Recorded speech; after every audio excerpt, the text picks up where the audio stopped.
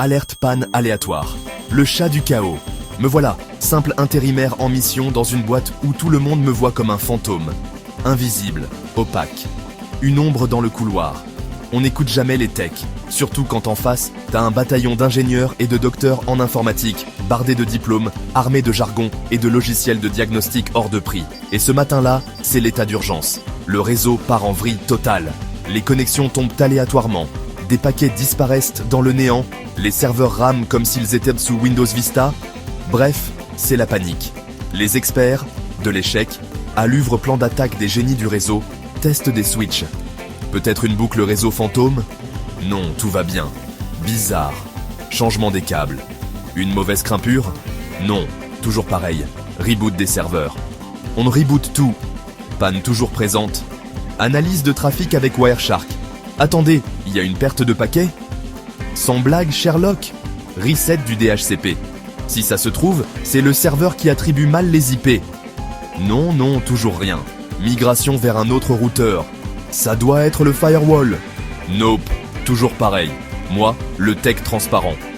Pendant ce temps, moi, simple intérimaire qui traîne dans un coin, je balance nonchalamment.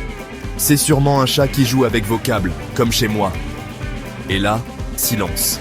La salle se tourne vers moi. Un ingénieur fronce les sourcils. Un autre me regarde comme si j'avais dit que la Terre était plate. Puis, la réplique tombe, cinglante, précise comme un bon vieux ping 127.0.0.1. T'y connais rien, on a fait des études, nous. Ok. Je ferme ma bouche. Après tout, je suis le tech sans bac plus 12. Alors évidemment que je raconte des conneries. 48 heures plus tard. Toujours pas de solution. Les mecs deviennent fous. L'un a des cernes de 12 km, l'autre parle à son écran, certains envisagent un sacrifice humain. Moi, probablement. Et là, Eureka. Un des ingénieurs, dans un élan de désespoir, regarde les enregistrements des caméras. Et que voit-on, toutes les nuits, à la même heure? Un chat. Tranquille. Détendu.